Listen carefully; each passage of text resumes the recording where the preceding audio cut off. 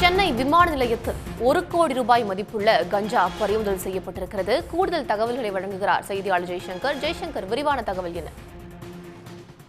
அதாவது தாய்லாந்து நாட்டிலிருந்து சென்னைக்கு வரும் விமானத்தில் பெருமளவு போதைப் பொருள் கடத்தி வரப்படுவதாக சென்னை விமான நிலைய சுங்கத்துறை ஏர் இன்டெலிஜென்ட் அதிகாரிகளுக்கு ரகசிய தகவல் கிடைத்தது. இதனையடுத்து அந்த ஏர் இன்டெலிஜென்ட் அதிகாரிகள் நேற்றிரவு சர்வதேச விமான நிலையத்தில் தீவிர கண்காணிப்பு சோதனையில் ஈடுபட்டு வந்தார்கள். இந்த நிலையில் தான் தாய்லாந்து நாடு தலைநகர் பாங்காக்கிலிருந்து தனியார் பயணிகள் விமானம் ஒன்று சர்வதேச விமான நிலையத்தில் வந்தது. அந்த வந்த பயணிகளை சுங்கத்துறை அதிகாரிகள் விசாரணை செய்து வந்தார்கள்.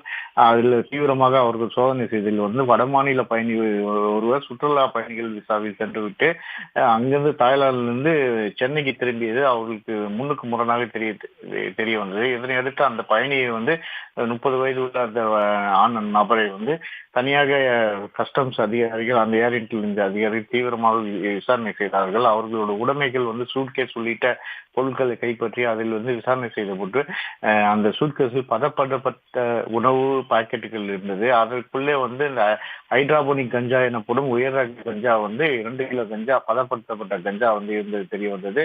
அதனை கைப்பற்றி அந்த நபரிடம் விசாரித்த போது அவர் இது போல் கூலிக்காக கொண்டு வந்த இந்த குருவி எனப்படும் அந்த வகையை சேர்ந்தவர் என தெரிய வந்தது. இதனை அடுத்து அவரை கைது செய்து அவர் பின்புலத்தில் யார் இருக்கிறார்கள் என்ற தீவிரமாக விசாரணை செய்து வருகிறார்கள். அந்த பிடிபட்ட இந்த 2 கிலோ ஹைட்ரோபோனிக் பதப்படுத்தப்பட்ட கஞ்சா சுமார் 1 கோடி மதிப்பிடுது என ஏர் இன்டெலிஜென்ஸ் அதிகாரிகள் தகவல் தெரிவித்தனர்.